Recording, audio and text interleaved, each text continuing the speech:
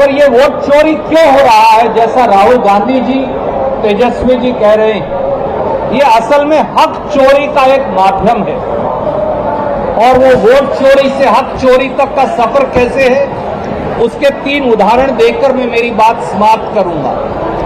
भ्रष्टाचार अपार और चोरी की सरकार।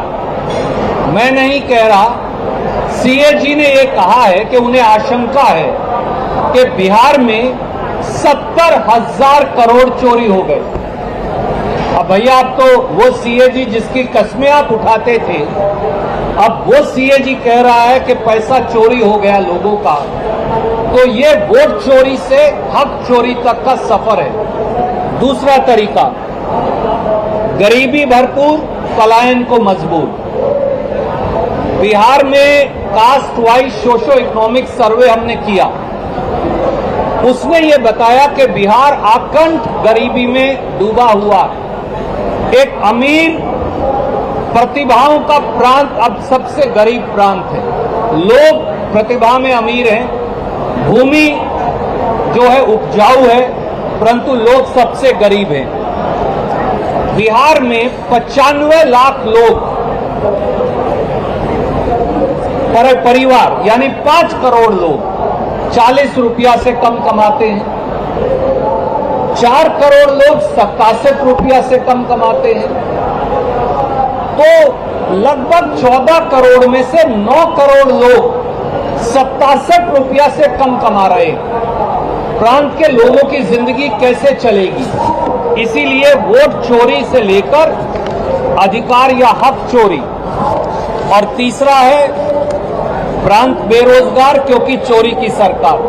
प्रोफेसर साहब ने, राजेश भाई ने, शक्ति भाई ने, संजीव जी ने, बहुत बार प्रवीण कुशवाहा जी ने अनेकों बार बताया कि हर भर्ती में घोटाला, तो नौजवानों का अधिकार चोरी, और स्वास्थ्य सेवाएं बीमार, चोरी की सरकार।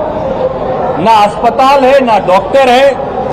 और मुझे तो बहुत अचंभा हुआ ये आंकड़े आपके देखकर प्रोफेसर साहब कि विशेषज्ञ डॉक्टर 86% गायब हैं, यानी 14% ही हैं।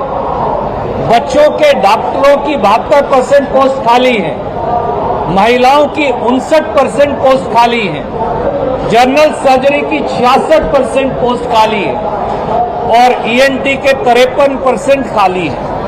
और गुंडा राज के बारे में मुझे कहने की आवश्यकता नहीं, क्योंकि एनडीए का जो गुंडा राज है, अब तो ये हो रहा है बार बार कि कभी एसपी के सामने मर्डर और कभी आईजी के सामने घटनाएं। इसलिए वोट अधिकार यात्रा केवल वोट की सुरक्षा की नहीं, हक और अधिकारों की सुरक्षा की यात्रा भी है।